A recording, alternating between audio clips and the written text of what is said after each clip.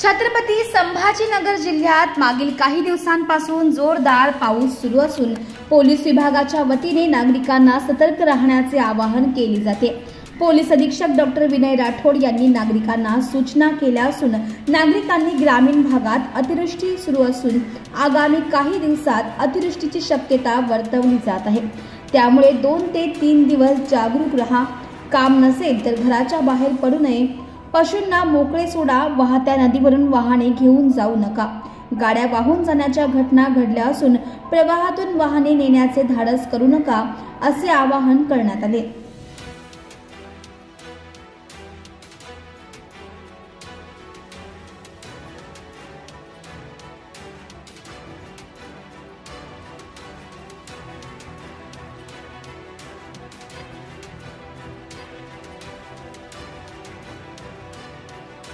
मागील काही दिवसापासून वैजापूर, पैठण आणि कन्नड या भागामध्ये अतिवृष्टी सुरू आहे आणि येणारे पुढील काही 2-3 दिवस पुन्हा अजून अतिवृष्टीची संभावना वर्तवली जात आहे।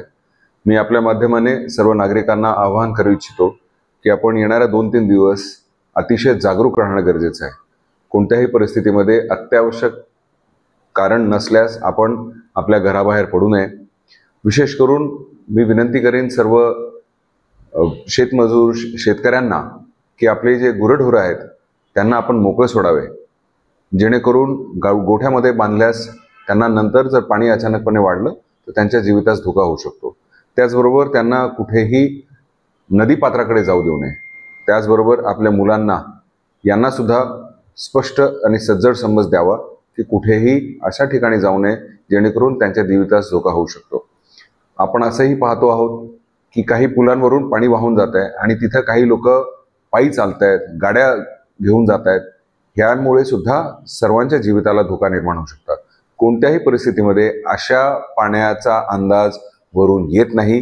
वरून जरी ते शांत वाटत असेल तरी आतला प्रवाह खूप मोठा असतो आणि अनेक वेळा अशा घटना घडल्यात की गाड्याच्या गाड्या वाहून गेलेल्या आहेत। त्यामुळे आपल्याला सर्वांना विनंती करतो की असं कोणतंही साहस करू नये जेणेकरून आपल्यामुळे अनेक इतर लोकांचे सुद्धा जीव धोक्यात जाईल।